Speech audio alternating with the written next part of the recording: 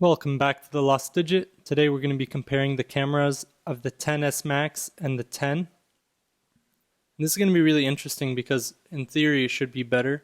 And what I noticed was in video it pretty much was, but with photos it kind of goes back and forth. So I'll leave that up to you guys to decide. So I'm not going to talk throughout this whole video. I start with photos all the way up until around 2.5 minutes, and then I switch to videos for another 5 or 6 minutes. So please enjoy this video and be sure to like and subscribe if you like things like this, and I'll see you in the next one.